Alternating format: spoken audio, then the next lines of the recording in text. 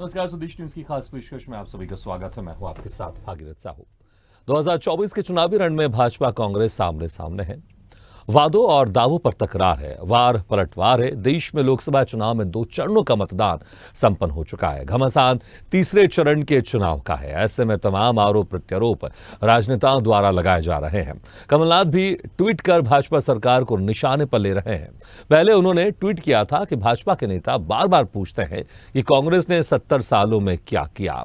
इस पर उन्होंने ट्वीट पर पलटवार किया था। अब कमलनाथ ने एक और ट्वीट किया है जिसमें उन्होंने लिखा कि देश का लोकसभा चुनाव जैसे जैसे निर्णायक दौर में पहुंचता जा रहा है, भारतीय जनता पार्टी की घबराहट बढ़ती जा रही है। जो भाजपा चुनाव की शुरुआत में 400 पार का नारा लगा रही थी, वो अब हर रोज मुद्दे से भटकने और भटकाने की कोशिश में लगी हुई है।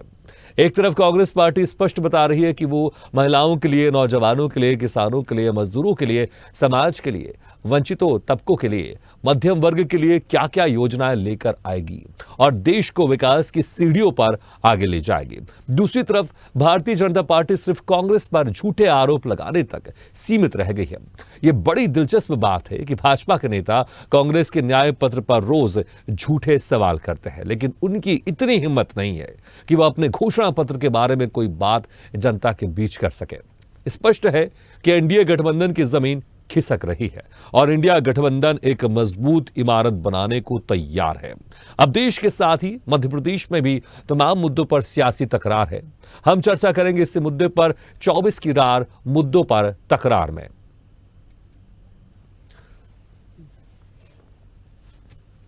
तो कमलनाथ ने ट्वीट करके निशाना साधा है। जिस तरह से उन्होंने कहा है कि बीजेपी अक्सर पूछते रहती है कि कांग्रेस ने 70 सालों में क्या किया, तो हम तो चुनाव जीतने के बाद क्या क्या करने वाले हैं इसका रोड मैप हम बता रहे हैं। महिलाओं के लिए हम क्या करेंगे, गरीबों के लिए हम क्या करेंगे, वंचितों के लिए हम क्या करेंगे, सब बता रहे हैं। लेकिन भाजपा लगातार हमारे न्याय पत्र में जो हमने सब कुछ उसमें लिखा हुआ है कि हम क्या कुछ करने वाले हैं, लगातार जनता के बीच में जा रहे हैं, लेकिन भाजपा झूठे सवाल कर रही है, वो भ्रम फैला रही है और भाजपा के अंदर घबराहट है। चलिए इसी खास मुद्दे पर हम चर्चा शुरू करते हैं। जो मेहमान हमारे साथ मौजूद है मैं उनका आप लोगों से तारुफ करा देता हूं। हमारे साथ हैं Shivam Shukla, media panelist BJP से, रवि परमार जी, प्रदेश समन्वयक एनएसयूआई से, और मुक्ता पाठक, सीनियर एडिटर स्वदेश न्यूज की। मुक्ता जी, देखिए जिस तरह से अब 2 चरणों का चुनाव संपन्न हो गया है मध्य प्रदेश में, अब तीसरे चरणों के लेकर यहाँ पे जद्दोजहद लगी हुई है और यहाँ पर लगातार घमासान मचा हुआ है। और कमलनाथ को लेकर जिस तरह से पार्टी ने, बीजेपी पार्टी ने छिंदवाड़ा में उनको जबरदस्त घेरा, वहां पर अच्छी खासी कैंपेन देखने को मिली। रिजल्ट क्या होगा ये तो 4 जून को पता चल जाएगा। लेकिन अब कमलनाथ भी यहां पर पलटवार करने में लगे। वो कह रहे हैं कि बीजेपी है वो मुद्दों से भटक रही है, हमसे सवाल कर रही है, बल्कि हम तो बता रहे हैं लेकिन बीजेपी ने क्या किया वो इसका जवाब नहीं देती है। जी बिल्कुल भागीरथ जी, लगातार हम देख रहे हैं 2 चरण का चुनाव हो चुका है। वोट प्रतिशत जो कम रहा है उसको लेकर ऐसा प्रतीत हो रहा है कि बीजेपी चिंतित है। कांग्रेस का यह आरोप है कि बीजेपी चिंतित है, लेकिन बीजेपी का यह मानना है कि उनके कार्यकर्ता जो हैं वो वोट दे रहे हैं, कांग्रेस के कार्यकर्ता निराश हैं, वो नहीं निकल रहे हैं, इसीलिए वोट प्रतिशत कम है। जिस तरह से हम लगातार देख रहे हैं कांग्रेस के नेता कार्यकर्ता बीजेपी का दामन थाम रहे हैं। बीजेपी का यह कहना है कि इससे कांग्रेस में जो है निराशा है और कांग्रेस के लोग बाहर नहीं निकल रहे हैं, जो बीजेपी के कार्यकर्ता निकल रहे हैं वोट दे रहे हैं। लेकिन अब हम देख रहे हैं कि कांग्रेस लगातार जो है वार कर रही है, आरोप लगा रही है बीजेपी पे, चाहे वो प्रधानमंत्री नरेंद्र मोदी हो, उनकी गारंटी की बात हो, चाहे अमित शाह की शैली की बात हो। जिस तरह से हम देख रहे हैं लगातार आरोप प्रत्यारोप लग रहे हैं, जिस तरह की भाषा का उपयोग हो रहा है, जिस तरह से राहुल गांधी और प्राइम मिनिस्टर के बीच में भी हमने देखा कि उनके बीच में भी जिस तरह से भाषा का उपयोग हुआ वो उम्मीद नहीं की जा सकती है, या लगता है कि प्रधानमंत्री की भाषा संयमित होगी, राहुल गांधी भी प्रधानमंत्री को तुम नहीं कह करके बुलाएंगे। तो ये सारी बातें हैं। कांग्रेस आज जिस तरह से कमलनाथ को हम देख रहे हैं, कमलनाथ लगातार ट्वीट करके जो है बीजेपी आरोप लगा रहे हैं, पूछ रहे हैं कि आप लोगों ने क्या किया, आप लोगों ने तो कुछ नहीं किया, जो वादे किए उसको नहीं निभाए, फिर कांग्रेस से 70 साल का हिसाब क्यों मांग रहे हैं। कांग्रेस लगातार ये बात कह रही है कि बीजेपी में घबराहट है, बहुत घबराहट है, इसीलिए ये सारा कुछ है।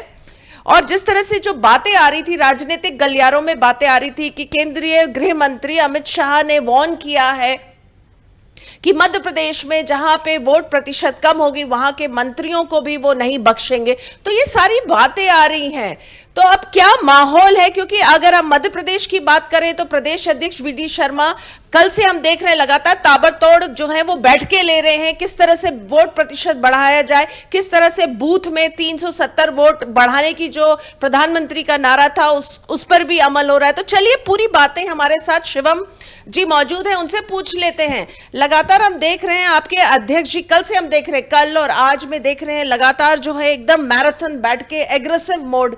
क्या कहेंगे आप, जिस तरह से कांग्रेस और पूर्व मुख्यमंत्री कमलनाथ आरोप लगा रहे हैं कि आप लोगों के खेमे में घबराहट है?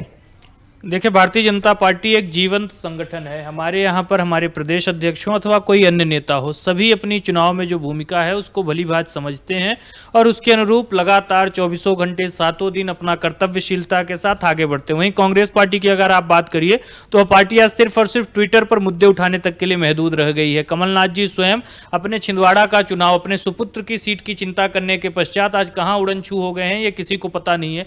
मध्य प्रदेश की जनता को वह मुख्यमंत्री के बनने के बाद तो सेवा करने की अपना वादा कर रहे थे, लेकिन आज जब चुनाव उनको पराजय का सामना करना पड़ा प्रादेशिक स्तर पर, तो प्रदेश के किसी भी अंचल में आज वह उतनी सक्रियता के साथ आपको काम करते हुए नजर नहीं आ रहे। तो यह तो एक परस्पर जो दोनों दलों के बीच डिफरेंस है, जिस मानसिकता के साथ दोनों संगठन काम करते हैं उसकी बानगी है। आप देखेंगे कि भारतीय जनता पार्टी के नेता कार्यकर्ता चुनाव के परिणाम जो हो, चुनाव हो अथवा न हो, परिस्थितियां जो भी हो, लगातार जनता के बीच रहते हैं, जनसंवाद करते हैं और अपनी राजनीतिक गतिविधियों को संचालित करते हैं। वहीं कांग्रेस पार्टी सिर्फ और सिर्फ ट्विटर पर बयानबाजी करती है, पश्चिमी नैरेटिव को भारत में परोसने का काम करती है, वामपंथी एजेंडे को लागू करती है, जिहादी ताकतों को संरक्षण देने का काम करती है। वहीं भारतीय जनता पार्टी क्या करती है? हमारा दृढ़ विश्वास है कि हम गरीबों का उत्थान करेंगे, तो हम आवास योजना लाते हैं, आयुष्मान भारत योजना लाते हैं, हम नल जल योजना लेकर के आते हैं, हम लोगों को, किसानों को लाभान्वित करने का काम करते हैं। वहीं कांग्रेस पार्टी की अगर हम बात करें तो कांग्रेस पार्टी क्या चाहती है? जो गरीब ने अपने परिश्रम और पराक्रम से अपने मुश्किल समय के लिए धनराशि को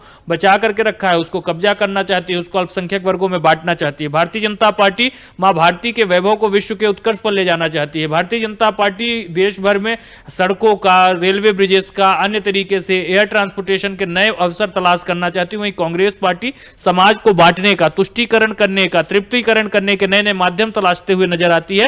तो यह जो मूलभूत अंतर दोनों दलों की मानसिकता में है, जनता उसको देख रही है। हमारे अध्यक्ष पूरी कर्तव्यशीलता के साथ पूरे प्रदेश भर के जिस भी अंचल में जहां पर भी पार्टी नेतृत्व उनकी भूमिका को निर्धारित करता है, पार्टी का संगठन जहां पर भी वहां उनकी अपेक्षा की जाती है, वहां पर जाकर के चुनाव अभियान की स्वयं कमान संभाल रहे हैं। प्रदेश स्तर पर संगठनात्मक गतिविधियों की भी लगातार वह समीक्षा कर रहे हैं, बैठकें ले रहे हैं, तमाम चीजों को संचालित कर रहे हैं और यह पूरा चुनाव उनके नेतृत्व में हम लड़ रहे हैं। तो स्वाभाविक तौर पर एक अदम्य तरीके की मेहनत का परिचय उनके द्वारा चुनावों में दिया जा रहा है। वहीं कांग्रेस पार्टी के प्रदेश अध्यक्ष अपने गृह क्षेत्र के प्रत्याशी तक की चिंता नहीं कर पा रहे, उनके अपने प्रत्याशियों का विश्वास जो है वह नेतृत्व को हासिल नहीं है और नेतृत्व प्रत्याशियों के साथ संपर्क और संवाद स्थापित नहीं कर पा रहे। आपने बहुत सारे सवाल यहाँ पर जाकर रवि जी आपने सुना होगा, बहुत सारे सवाल यहाँ पर है और जिस तरह से जीतू पटवारी के गृह क्षेत्र की बात कर रहे हैं, जिस पर पूरे देश में कोई भी विश्वास कर पाने की स्थिति में नहीं है और यही कारण है कि आज मध्य प्रदेश की 29 सीटों पर कमल खिलने की जनता ने बात की थी, आज उसको हम चरितार्थ होता हुआ देख रहे हैं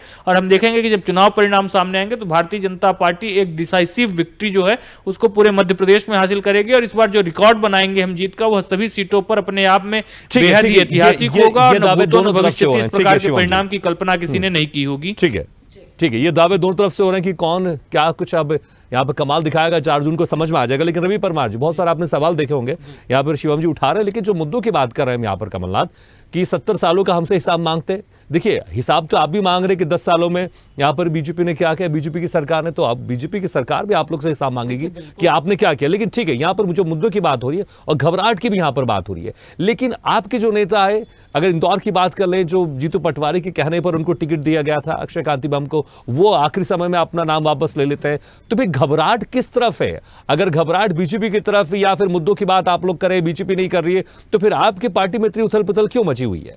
देखिए, निश्चित तौर पर घबराहट की जो बात आ रही तो भारतीय जनता पार्टी के नेताओं में और कार्यकर्ताओं में साफ दिखाई दे रही। जिस तरह से आप इंदौर की बात कर रहे थे, इंदौर में राजनीतिक अपहरण हुआ है किसी प्रत्याशी का, हमारे कांग्रेस के प्रत्याशी का, जिनको टिकट दिया था। जिस दिन नाम वापसी लेने की अंतिम तिथि थी, उस दिन कैलाश विजयवर्गीय, विधायक रमेश मेंदोला जी हमारे प्रत्याशी को लेके जाते हैं, उनके ऊपर दबाव बनाया जाता है, उनके 17 साल पुराने केस में एक धारा बढ़ा दी जाती है। वही धारा तो कोर्ट की तरफ से बढ़ी, वो धारा तो कोर्ट की तरफ से बढ़ी। आवेदन फरियादी ने दिया और ये 17 सालों में क्यों नहीं बढ़ी, ये धारा 17 साल में क्यों नहीं बढ़ी। और बात आती है उनके कॉलेजेस की, तो उनके कॉलेजों की जांच चुनाव में चलते चुनाव में अपना काम नहीं करे। अगर कोर्ट को लग रहा है धारा बढ़नी चाहिए तो क्या धारा नहीं बढ़नी चाहिए? बढ़ना चाहिए, लेकिन ये 17 साल में क्यों नहीं हुआ ये काम? जो 2 दिन में हो गया वो काम 17 साल में क्यों नहीं हुआ? और फिर अगर धारा बढ़ गई तो भारतीय जनता पार्टी ने ऐसे अपराधी को अपनी पार्टी में शामिल कैसे कर लिया? तो भारतीय जनता पार्टी तो अपराध करो और भारतीय जनता पार्टी में चले जाओ तो आपके अपराध खत्म हो जाएंगे।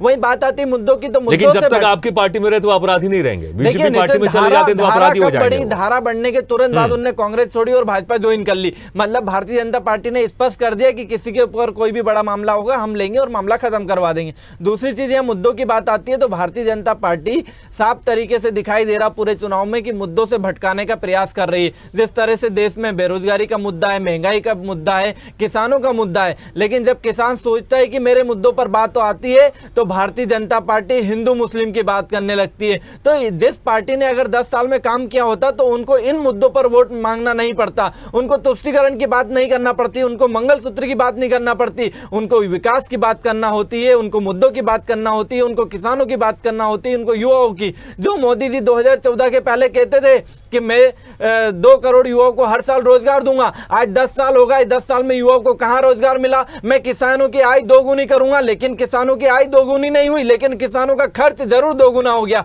वही महंगाई आपने देखी कि जो कहता था कि बहुत हुई महंगाई की मार अब की बार मोदी सरकार, लेकिन अब कितनी महंगाई हो गई। वही गैस सिलेंडर की बात करते थे, वही ये बात करते थे कि हम लाडली बहनों को 3000 रुपए देंगे, विधानसभा चुनाव में इनका वादा था, इन्होंने आज 4-5 महीने बीत गए विधानसभा चुनाव को लेकर, इनने कहां वादा पूरा किया? तो ये जनता सब देख रही है और जनता इसका पूरा हिसाब देगी, क्योंकि भारतीय जनता पार्टी जिस तरह से पूरे देश में लोकतंत्र की हत्या करने में लगी हुई है, जो पार्टी महिला सुरक्षा की बात करती थी आज मणिपुर में देख लीजिए क्या हालात है, और जो पार्टी कहती है कि भारतीय जनता पार्टी ने सारी चीजें महिला सुरक्षा दी, तो आज महिला कहां सुरक्षित है? आप देखिए, आप भोपाल की घटना देखिए कि भारतीय जनता पार्टी के मंत्री का पुत्र महिला पर हमला करता है, जानलेवा हमला होता है, लेकिन महिला की एफआईआर तक नहीं होती, महिला की सुनवाई नहीं होती। तो आज उसको क्यों गिरफ्तारी नहीं हुई?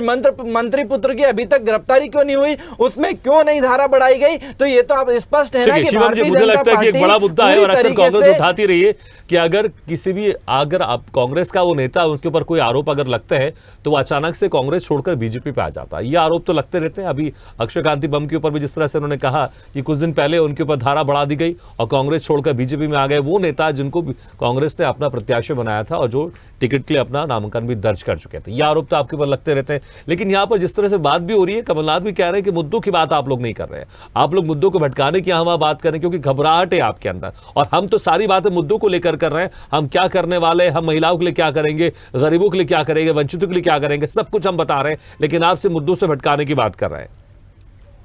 देखिए, सबसे प्राथमिक चीज यह है कि इस देश में अगर राजनीतिक रूप से जो अपरिहार्य विषय हैं उनको अगर आगे लाने की बात है तो कांग्रेस पार्टी के द्वारा किया जा रहा है। विरासत टैक्स की बात हो, देश की संपत्तियों का बंटवारा हो, देश में जातिगत जनगणना जैसे विषयों को उठाना हो, देश में वर्ग संघर्ष की स्थिति को निर्मित करना हो, तमाम जो आवश्यक जनता से जुड़े हुए, जनभावना से जुड़े हुए विषय हैं उनको दरकिनार करके अगर इस प्रकार के विषयों को उठाने में किसी को महारत हासिल है तो वो कांग्रेस पार्टी है। वही भारतीय जनता पार्टी किस विषय को लेकर के आगे बढ़ रही है? हम तो बता रहे हैं कि हमने विगत 10 वर्षों में कौन सी उपलब्धियों को हासिल किया है। हम बता रहे हैं किस प्रकार 20 करोड़ से ज्यादा लोग विगत 10 वर्षों में गरीबी रेखा से बाहर आएंगे। अगर आगे हमारी सरकार रही तो हम इसको और किस तरीके से क्रियान्वित करेंगे और देश की बड़ी आबादी को लाभ पहुंचाएंगे। हम बता रहे हैं कि 11वें नंबर की अर्थव्यवस्था को हम 5वें नंबर तक लेकर के आए हैं। अगर तीसरी बार हमारी जनता कार्यकाल देने जा रही है और हम तीसरे नंबर की अर्थव्यवस्था बना करके दिखाएंगे। हम यह भी जनता को बता रहे हैं कि जो लगभग 5 करोड़ परिवारों को प्रधानमंत्री आवास योजना का लाभ मिला है, आने वाले 5 वर्षों में 3 और करोड़ परिवारों को हम इस योजना का लाभ देने जा रहे हैं। हम देश की जनता को बता रहे हैं कि 18 करोड़ परिवारों तक नल जल योजना के माध्यम से उनके घर पर जल पहुंचा है। आने वाले वर्षों में हम इस योजना को और बेहतर तरीके से क्रियान्वित करेंगे। हम देश की जनता को बता रहे हैं कि अगर लगभग 6 करोड़ किसान परिवारों को प्रधानमंत्री किसान सम्मान निधि मिल रही है तो आने वाले वर्षों में सरकार और ज्यादा चिंता करेगी किसानों की, मजदूरों की, मेहनत कशों की, और उनके साथ एक प्रकार से जो कांग्रेस के शासनकाल में अन्याय हुआ था उस पर न्याय की विजय होगी, जो सबसे महत्वपूर्ण चीज है। भारतीय जनता पार्टी ने इन 10 वर्षों में अपनी उपलब्धियों को जनता के सामने रखा है, उसका रिपोर्ट कार्ड जनता के सामने रखा है, और जनता भी हमारे जो वादे हैं, हमारे जो भविष्य को लेकर के परिकल्पनाएं हैं मां भारती के लोगों। लेकिन रवि जी, आपने देखा होगा, आपने कहा कि बीजेपी मुद्दों की बात नहीं कर रही है। अभी मैंने शिवम से सवाल पूछा, शिवम शुक्ला जी से, तो उन्होंने गिना दिए, उन्होंने बहुत सारे एक के बाद एक पॉइंट गिना दिए कि हमारी पार्टी क्या क्या किया और क्या क्या करने वाली है, और इतनी सारी चीजें, नल जल योजना की बात करें, सम्मान निधि की बात करें, ये भी तो बात हो रही है। लेकिन आप कह रहे हैं कि यहां पर बीजेपी मुद्दों की बात नहीं कर रही है, और आप कह रहे हैं लोकतंत्र की हत्या। लेकिन बीजेपी भी यही कह रही है कि संविधान तो आप लोग ने लागू नहीं होने दिया, इतने सालों तक आपने कश्मीर में संविधान को लागू नहीं होने दिया। नरेंद्र मोदी का आज ही का बयान है कि जिस संविधान को लेकर आप लोग अपने सिर पर लेकर आप लोग हंगामा मचा रही है, वही संविधान था जिसको आपने कांग्रेस में पार्टी ने कश्मीर में लागू नहीं होने दिया। लेकिन हमने बाबा साहब भीमराव अंबेडकर के संविधान को कश्मीर में भी लागू किया 370 हटाकर। तो आरोप तो आप लगा रहे हैं, लेकिन वहां से जो पलटवार आ रहा है इसका भी जवाब आपको देना पड़ेगा। लेकिन इनके सांसद खुद, इनके भारतीय जनता पार्टी के सांसद खुद संविधान बदलने की बात करते हैं। इनके कई बड़े नेताओं ने संविधान बदलने की कही कि 400 पार चाहिए। देखिए, सबसे महत्वपूर्ण चीज है, देश में 106 बार संविधान संशोधन हुआ है, 90 बार कांग्रेस पार्टी ने संविधान का संशोधन किया है। जो 42वां संविधान संशोधन आया था उसमें संविधान की आत्मा तक में छेड़छाड़ की गई थी, हमारे प्रियम्बल में छेड़छाड़ की गई थी, और इसके साथ ही साथ आपातकाल के दौरान एक ऐसा संविधान संशोधन लाया गया जिसको मिनी कॉन्स्टिट्यूशन बोला गया, जो हमारे संविधान निर्माताओं के द्वारा संविधान बनाया गया था। उसमें बहुत ही बृहत्तर स्तर पर छेड़छाड़ करने का कुकृत्य इनके द्वारा किया गया। जब यह लोग सरकार में थे तो तकरीबन 90 बार इन्होंने निर्वाचित तरीके से चुनी गई सरकारों को गिराने का काम किया। यह तमाम चीजें देश की जनता के सामने रिकॉर्ड में है कि यह लोग आज संविधान और लोकतंत्र की दुहाई दे रहे हैं। देश में कम से कम आज 25 से ज्यादा सांसद आज तक के इतिहास में निर्विरोध निर्वाचित हुए हैं, और उसमें से अधिकतर कांग्रेस पार्टी के रहे हैं। फारूक अब्दुल्ला जैसे नेता निर्विरोध निर्वाचित हुए हैं, और आज आपकी पार्टी में आप इंदौर की बात करिए, सूरत की बात करिए, श्रीनगर की बात करिए, देखिए, मुझे लगता है कि कुछ मुद्दे ऐसे कांग्रेस पार्टी के नेता कार्यकर्ता के दल से अन्य राजनीतिक संगठनों की ओर पलायन नहीं कर रहे, क्योंकि आपके भीतर वो मानसिकता नहीं बची है जो राष्ट्र को आगे ले जा सके। आप अपना कार्यकर्ता आपके ऊपर विश्वास नहीं कर पा रहे हैं। अगर हम संविधान खतरे की बात कर लें तो बीजेपी भी यही कांग्रेस पर आरोप लगा रही है कि कांग्रेस है जिसने संविधान को हर बार बदला। जैसे शिवम शुक्ला जी भी कह रहे हैं, इमरजेंसी लगा के संविधान को यहां पर खतरे में डालने की कोशिश की गई, लोकतंत्र को खतरे में डालने की कोशिश की गई। कश्मीर में बाबा साहब भीमराव अंबेडकर का संविधान लागू नहीं किया गया, वही कांग्रेस की तरफ से भी आरोप लगाया जा रहा है। कुछ मुद्दे ऐसे कॉमन है दोनों तरफ से। अब जनता यहां पर कंफ्यूज है कि किसकी बात पर यकीन करे, कौन सी पार्टी संविधान को खतरे में डाल देगी और कौन सी पार्टी यहां पर संविधान को बचाएगी।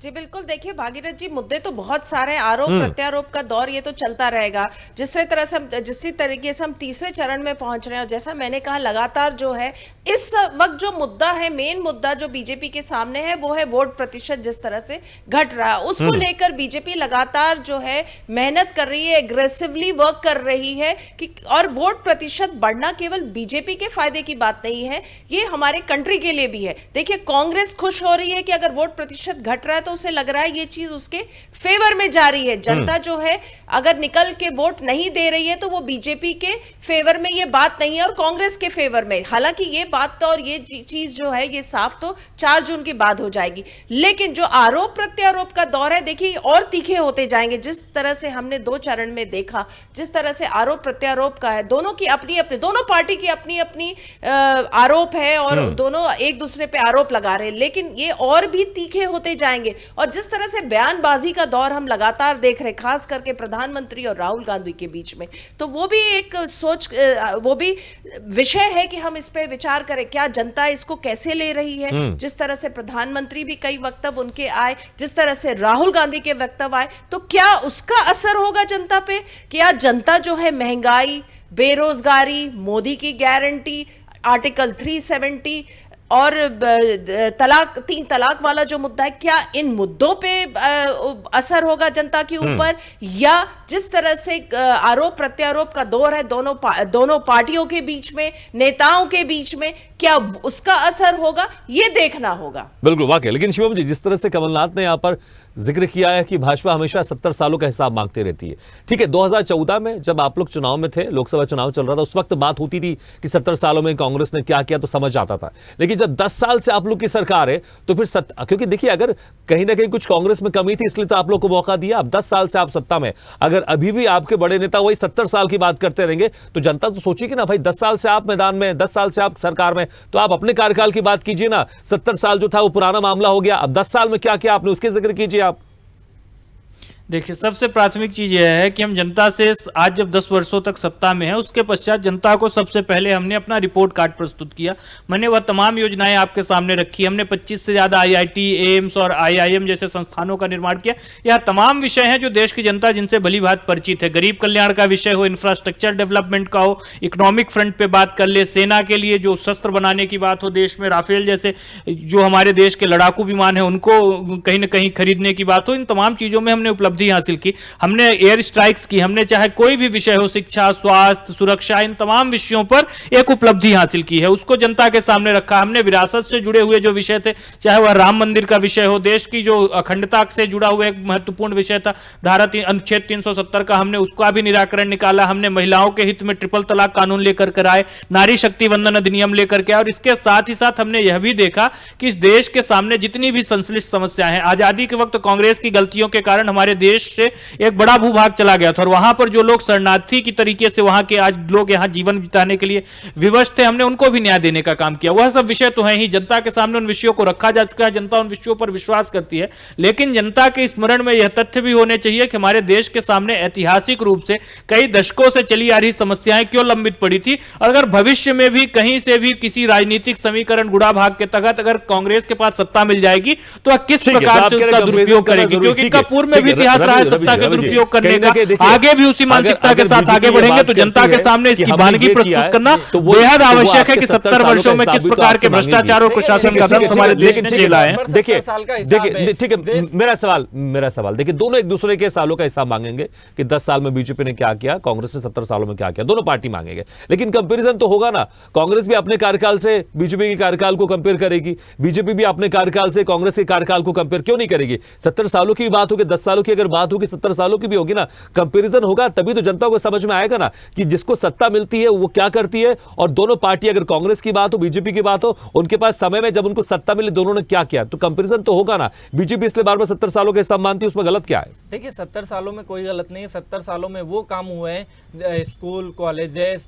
वहीं आज जिस टेक्नोलॉजी की कंप्यूटर पे आज हम पूरी चीजें कर पा रहे हैं तो वो राजीव गांधी जी की देन है। वो अरे वो जो टेक्नोलॉजी की आप बात कर रहे हो उसको जो लेकर के आ रहे, वही इनहेरिटेंस टैक्स लगाने की बात करें, वही सैम पित्रोदा बोलते हैं सिख नरसंहार पर कि हुआ तो हुआ। तो आपकी मानसिकता तो पूरी जनता के सामने स्पष्ट है। आप कंप्यूटर लेकर के आए, जाति वर्ग तक उसको सीमित रखा। यह हमारी सरकार है जिसने डिजिटल क्रांति के माध्यम से देश के तकरीबन 50 करोड़ लोगों के हाथों में आज सेलफोन दिया, उनको इंटरनेट का अधिकार दिया, जो एक प्रकार से इम्बैलेंस था। आज इंटरनेट भी एक मूलभूत आवश्यकता में शामिल हो चुकी है। जो ग्रामीण बच्चा है, जो ग्रामीण परिवेश में रहता है, उसके पास भी आज सूचना के उतने ही माध्यम है जितने किसी औद्योगिक क्षेत्र से आने वाले रहवासी के पास। तो स्वाभाविक तौर पर इसका भी जो एक डेमोक्रेटाइजेशन है वो भारतीय जनता पार्टी की शासन व्यवस्था के द्वारा किया गया। जिन चीजों का आपने राजीव गांधी जी के पापों पे आप बात नहीं करते, आप शाहजहानों पे बात नहीं करते, आप बात नहीं करते जो उस जमाने पर इतना बड़ा उनके का घोटाला हुआ था। राजीव गांधी जी के समय पर उनकी नासमझी और नातजुर्बेकारी के कारण हमने देखा किस प्रकार से कई हमारे खास चर्चा में शामिल होने के लिए।